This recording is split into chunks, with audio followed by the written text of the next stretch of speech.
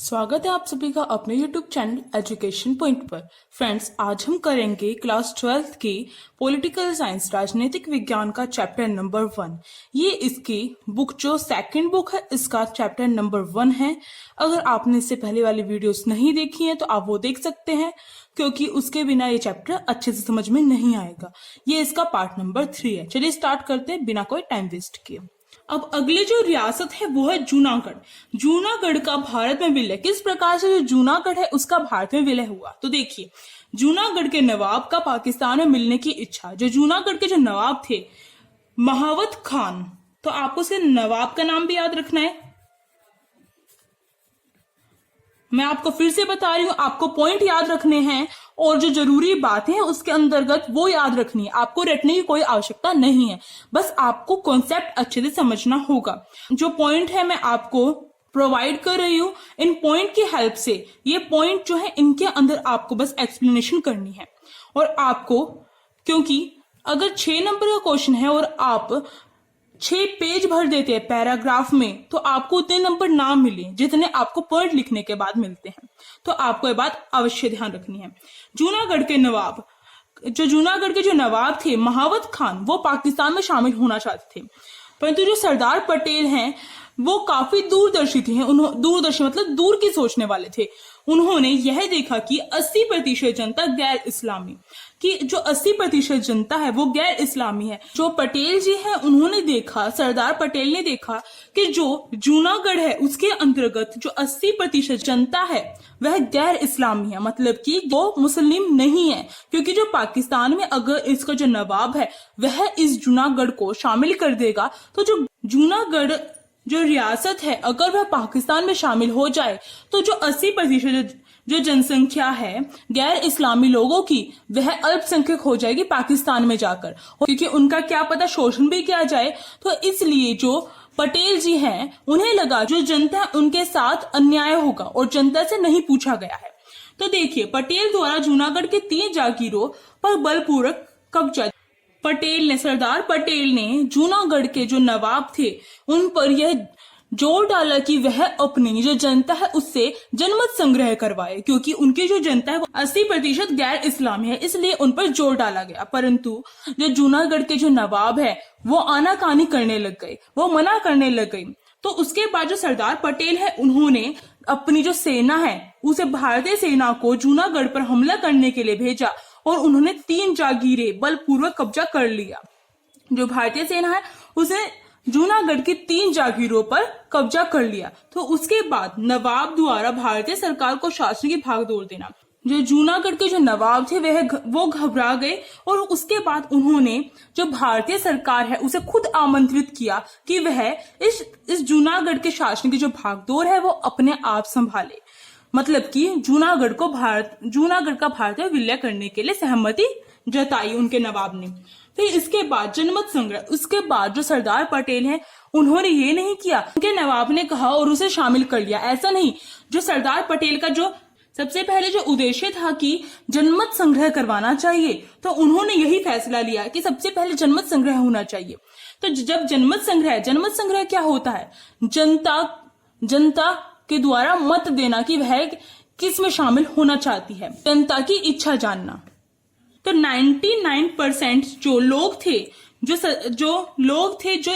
जूनागढ़ के लोग थे उन्होंने भारत में मिलना पसंद किया बजाय कि पाकिस्तान के। अगर इनकी इच्छा को दबा दिया जाता तो पाकिस्तान में जाकर ये खुश नहीं रहते और क्या पता इनके साथ जबरदस्ती की जाती, शोषण किया जाता। और इस तरह जूनागढ़ का भारत में विलय हुआ। सरकार को राज्यों के पुनर्गठन की आवश्यकता निम्न कारणों से पड़ी। तो जो सरकार है, मैंने आपको पहले ही बताया था कि सरकार के सामने कौन कौन सी समस्याएं आई थी। तो उसमें से एक समस्या थी राज्यों के पुनर्गठन की। तो राज्यों के पुनर्गठन मतलब राज्यों को दोबारा से गठन करना, राज्य जो है उनका दोबारा से गठन करना, तो राज्यों का पुनर्गठन कहलाता है। तो इसकी जो समस्या है वो सरकार के सामने, जब हमारा भारत आजाद हुआ तो सरकार के सामने ये एक समस्या के रूप में खड़ा हो गया। तो इसकी आवश्यकता क्यों पड़ी आखिरकार, तो हमें ये देखना है। तो मैंने आपको बताया था कि जो राज्य के पुनर्गठन की आवश्यकता इसलिए पड़ी थी क्योंकि एक तो सबसे बड़ी बात तो यह थी कि कि जो ब्रिटिश सरकार ने जो राज्य का सीमांकन कर रखा था वो गलत ठहराया गया था। और दूसरी बात, जो कांग्रेस ने अपने 1920 के नागपुर अधिवेशन में कहा था कि जो राज्य का पुनर्गठन है वह भाषा के आधार पर होगा, तो सभी नागरिकों ने ये जो बात थी वो गांठ बांध ली कि जो राज्य का निर्माण है वो भाषा के आधार पर होगा। तो राज्यों के पुनर्गठन की जो मांग है वो इसीलिए ज्यादा बढ़ती गई, क्योंकि उसकी मांग का कारण क्या था कि सभी नागरिक क्या चाहते थे, भाषा के आधार पर राज्यों का गठन। तो इसी बात को जो कांग्रेस के नागपुर अधिवेशन में जो ये बात हुई थी, इसी बात को सभी ने पकड़ ली थी और इसी बात के सहारे वो आंदोलन करने लग गए थे। तो चलिए देखते हैं, मैंने आपको थोड़ा सा पहले इसके बारे में बता दिया है कि जो राज्य के पुनर्गठन की आवश्यकता क्यों पड़ी थी, परंतु इतने से तो काम नहीं चलेगा। अब हमें इसके पॉइंट वाइज भी देखने पड़ेंगे कि इसकी आवश्यकता क्यों पड़ी थी, क्योंकि एग्जाम में पूछ लिया जाता है और आपको अच्छे मार्क्स लेने हैं तो आपको पॉइंट्स जो है यहाँ पर अवेलेबल करवाए जा रहे हैं, तो आप स्क्रीनशॉट ले सकते हैं इसका और इसको एक्सप्लेन कर सकते हैं। जो मैं यहाँ पर करूंगी उसको आप सुनकर फिर अच्छे से एक्सप्लेन कर सकते हैं। तो देखिए, भाषा के आधार पर आंदोलन, मैंने आपको बताया कि नागपुर अधिवेशन में, कांग्रेस के नागपुर अधिवेशन में जो 1920 में हुआ था, तो उसमें कहा गया था कि जो राज्य है उनका गठन भाषा के आधार पर होगा। और नागरिकों ने इसी बात को गांठ बांध लिया और नागरिकों की मांग थी कि जो राज्य है उनका निर्माण भाषा के आधार पर ही होना चाहिए, जो कि सरकार ने वायदा किया था उनसे। तो इसी के कारण जो नागरिक है वो भड़क उठे, क्योंकि जब उन्होंने देखा कि स्वतंत्रता के बाद भी उन्हें भाषा के आधार पर उनके जो राज्य है उनका गठन नहीं हो रहा है, तो वो आंदोलन करने पर उतारू हो गए।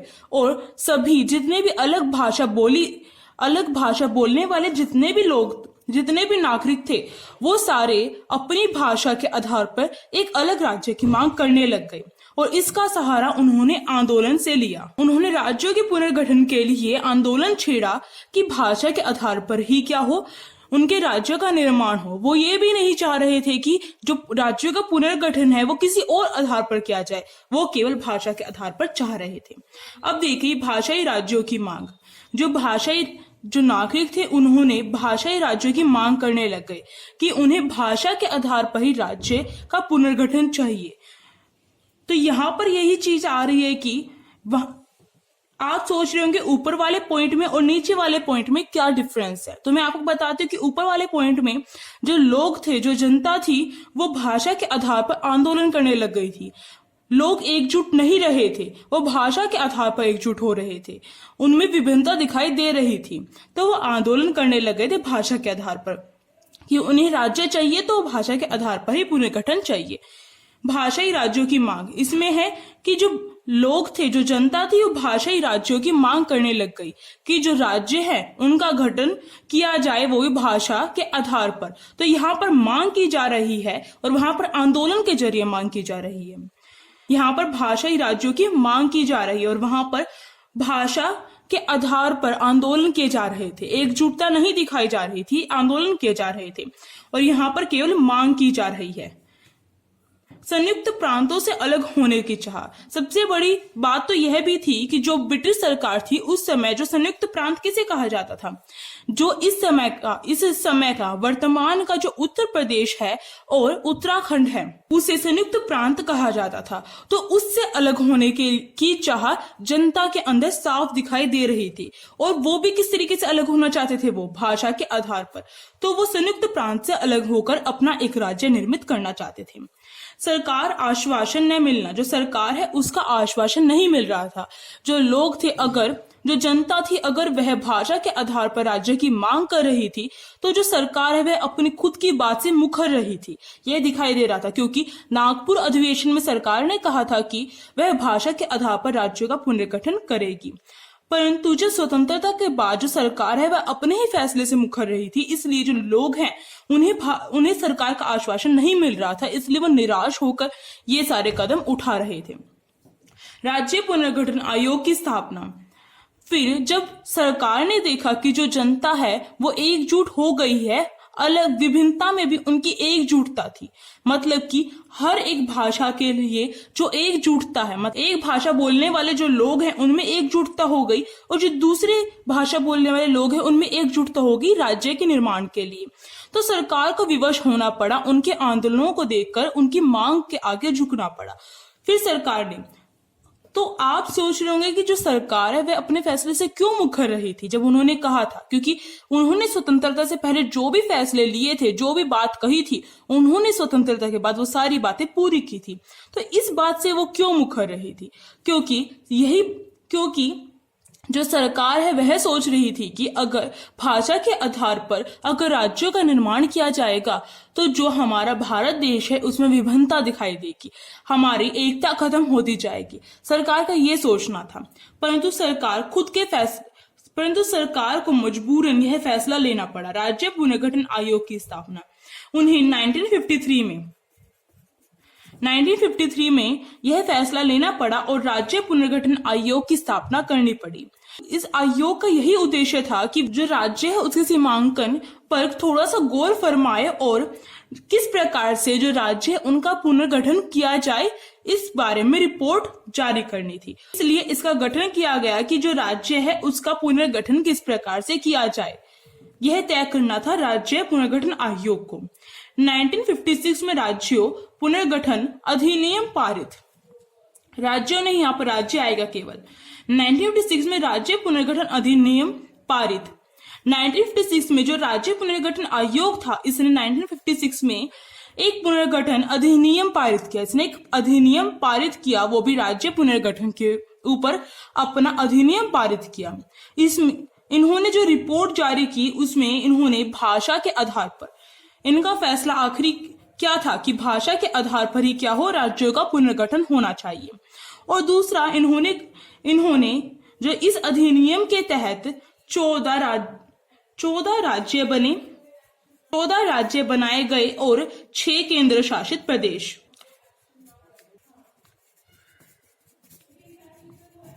6 केंद्र शासित प्रदेश बनाए गए। तो आपको ये याद रखना है कि इसकी रिपोर्ट में क्या था और इसके द्वारा कितने राज्यों का निर्माण हुआ और कितने केंद्र शासित प्रदेशों का निर्माण हुआ है। इस प्रकार से जो राज्य का पुनर्गठन है वो संभव हो सका, और इसकी आवश्यकता क्यों पड़ी, इसके लिए भी यही पॉइंट है। तो आपको ये अच्छे से कर लेना है। भाषाई आधार पर आंध्र आंदोलन भाषाई आधार पर, इसका मतलब क्या है? इसका मतलब है कि आंध्र प्रदेश के नाम से एक अलग राज्य बनाने की मांग की जा रही थी। इसका मतलब यही है कि आंध्र प्रदेश के नाम से एक अलग राज्य बनाने की मांग की जा रही थी आंध्र आंदोलन के नाम से। तो देखते हैं वो भी भाषाई आधार पर, कि भाषा के आधार पर आंध्र आंदोलन बनाया जाए। तो मैं आपको बता दूं, जब से ये आंध्र आंदोलन की मांग की जा रही थी भाषा के आधार पर, उसके बाद ही क्या हुआ, राज्य पुनर्गठन अधिनियम पारित हुआ था। तो आपको ये याद रखना है, पहले ये सिचुएशन क्रिएट हुई थी, फिर उसके बाद हमारे राज्य पुनर्गठन आयोग की जो मांगे, जो राज्य पुनर्गठन आयोग की स्थापना हुई थी, और फिर उसके बाद उसी के आधार पर जो राज्य है और केंद्र शासित प्रदेश है उनका निर्माण हुआ था।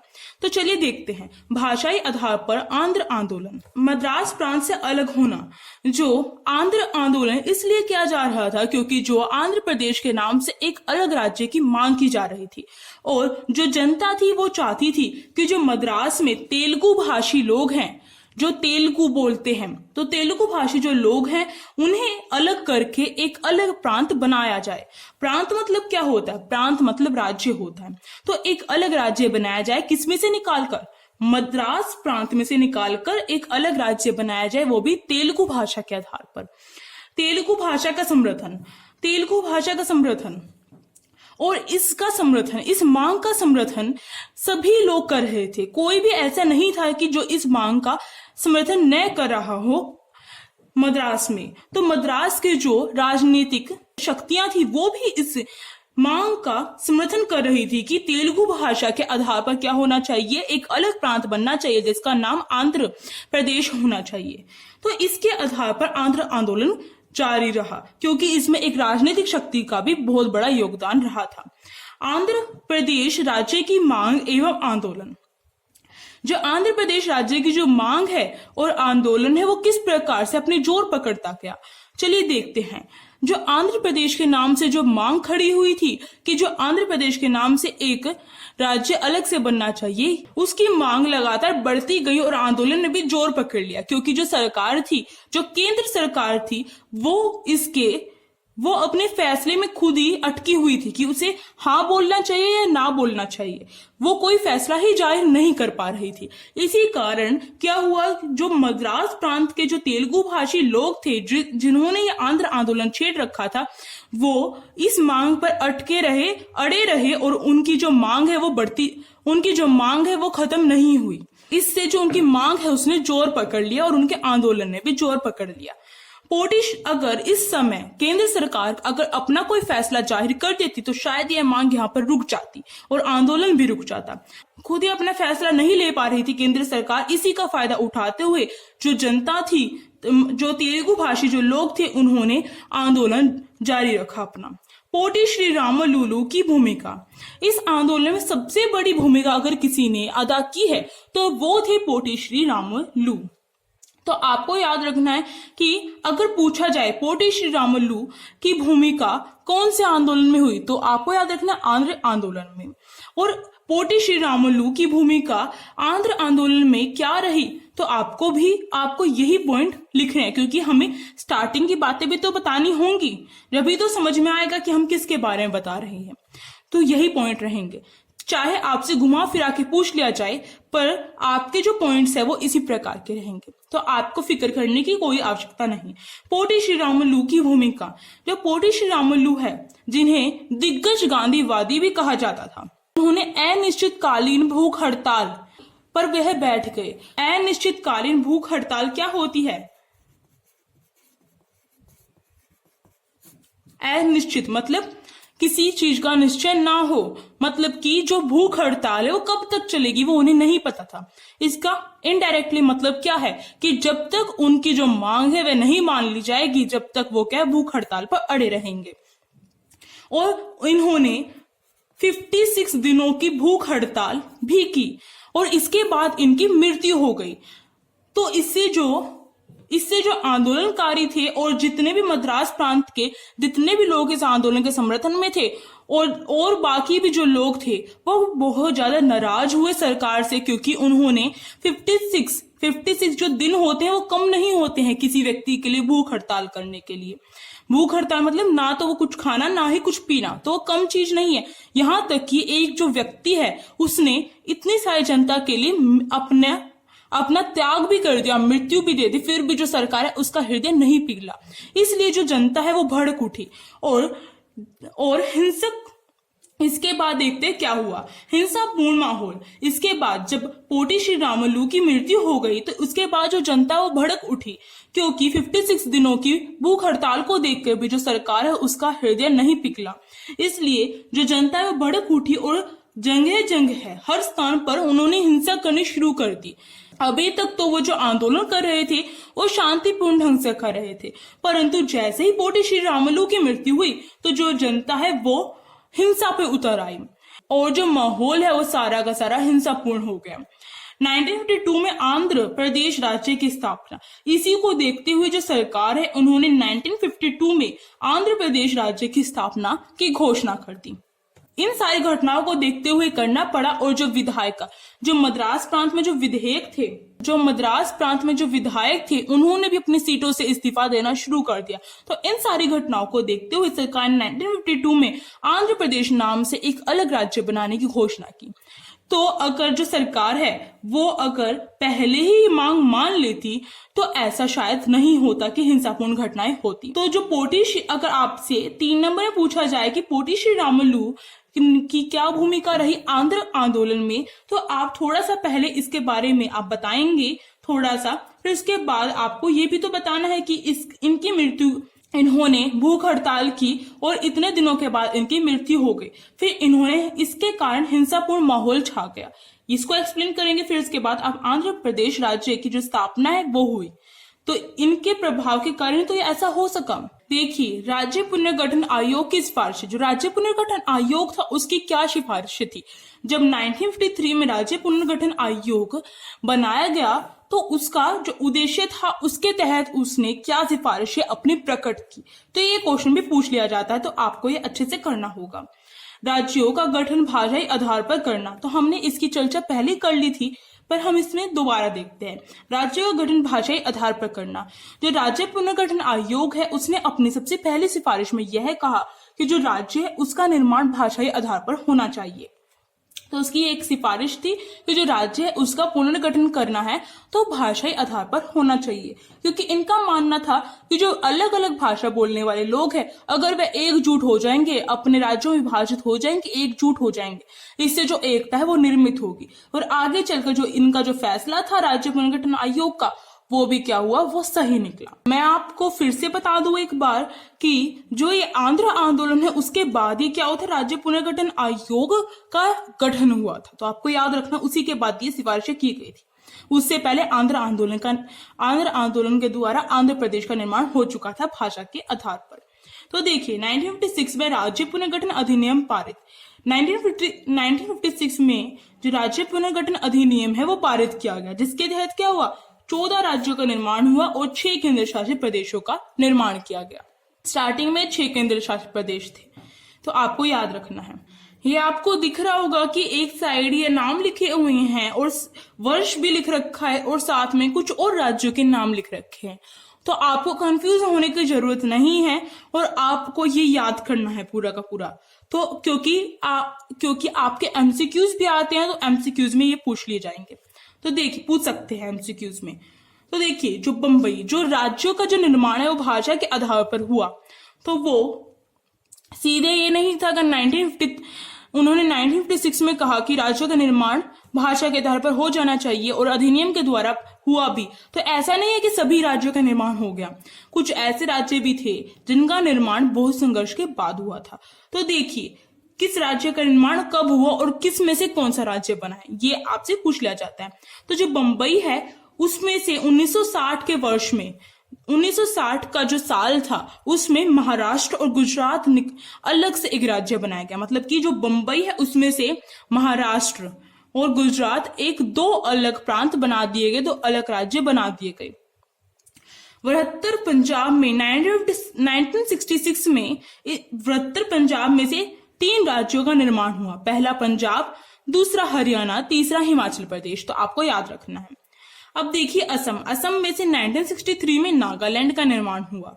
असम आप कंफ्यूज मत होइएगा क्योंकि जो असम यहाँ पर 3 बार लिख रखा है, परंतु आप ईयर देखिए, जो साल है वो अलग अलग है।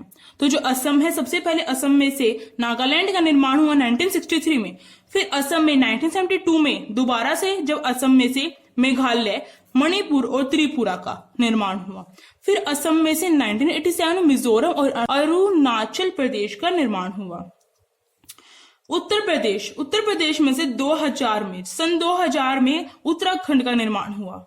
बिहार में 2000 में झारखंड का निर्माण हुआ। मध्य प्रदेश 2000 में छत्तीसगढ़ का निर्माण हुआ। तो आपको ये याद करना है। अगर आपको वीडियो अच्छी लगी हो तो please like, share and comment करके बताइए कैसी लगी।